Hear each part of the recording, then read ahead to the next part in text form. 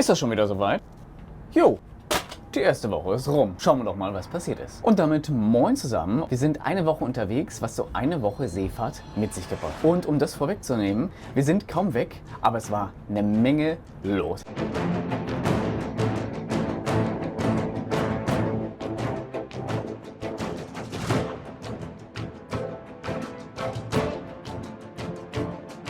Moin zusammen, mein Name ist Hendrik. Ich war 13 Jahre lang aktiver Marineoffizier, heute bin ich Reservist. Auf diesem Kanal möchte ich euch mitnehmen auf meine Reise um die Welt, immer westwärts mit der deutschen Marine. Woche 1, was ist passiert? Für diejenigen unter euch, die meinen Newsletter, nämlich den Seemannssonntag, jeden Donnerstag, sprich heute, abonniert haben, ist das nichts Neues. Da habe ich letzte Woche schon drüber geschrieben. Am Anfang dieser Reise steht logischerweise der Abschied. Es geht los, das heißt, wir lassen auch etwas zurück. Und das war letzte Woche in Wilhelmshaven ein mannigfaltiges Ereignis, könnte man sagen. Es war schön auf der einen Seite, es war genauso traurig auf der anderen Seite. Allen voran unsere Familien. Meine Familie war auch da und dafür bin ich unglaublich dankbar. Daneben haben sich eine ganze Menge Honorationen die Klinke in die Hand gedrückt, um uns zu verabschieden, um noch was dazulassen. Der Inspekteur der Luftwaffe, der Inspekteur der Marine, unser Bundesminister der Verteidigung und.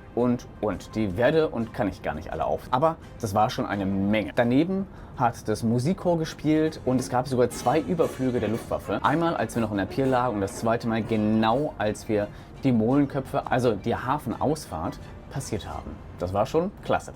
Aber falls es Seefahrer unter euch gibt, ihr kennt das vielleicht, so ein Abschied ist nie leicht. Und so ist er auch mir schwer gefallen, muss ich gestehen. Auch wenn eine ganz tolle Reise vor uns. Dann sind wir losgekommen, den Hafen Wilhelmshaven hinter uns gelassen, Richtung Helgoland und danach Richtung Ärmelkanal und über den Atlantik. Und auf dem Weg hoch haben wir unsere beiden Bauchhubschrauber gesammelt, die sind eingeflogen und waren dann auch erstmal vollzählig. In den folgenden Tagen hatten wir die ersten Manöver mit einer befreundeten französischen Fregatte, hatten wir ein Versorgungsmanöver.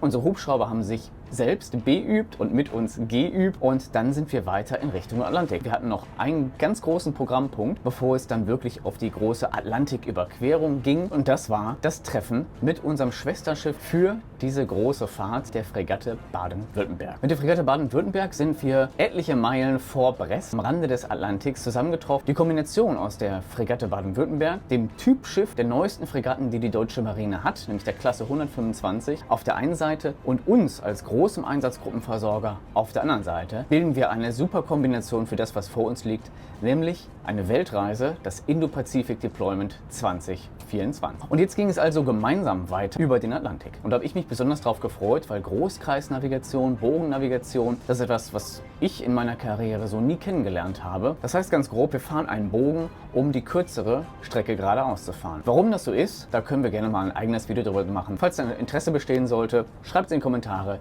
Sehr, sehr gern. Und dann ging es also gemeinsam über den Atlantik, allem was dazugehört, mit Gefechtsdienst, mit Flugbetrieb, mit diversen Manövern, die wir zusammengefahren sind, verschiedene Versorgungsmanöver, mit Paletten, mit Treibstoff, mit allem und auch mit einer ganzen Menge Nebelfahrt. Vor allem, als wir uns auf der westlichen Seite des Atlantik so langsam Kanada nähern. Auf jeden Fall konnte man den Nebel schneiden. Und während dieser ganzen Passage haben wir uns von Wrack zu Wrack gehangelt, könnte man fast sagen.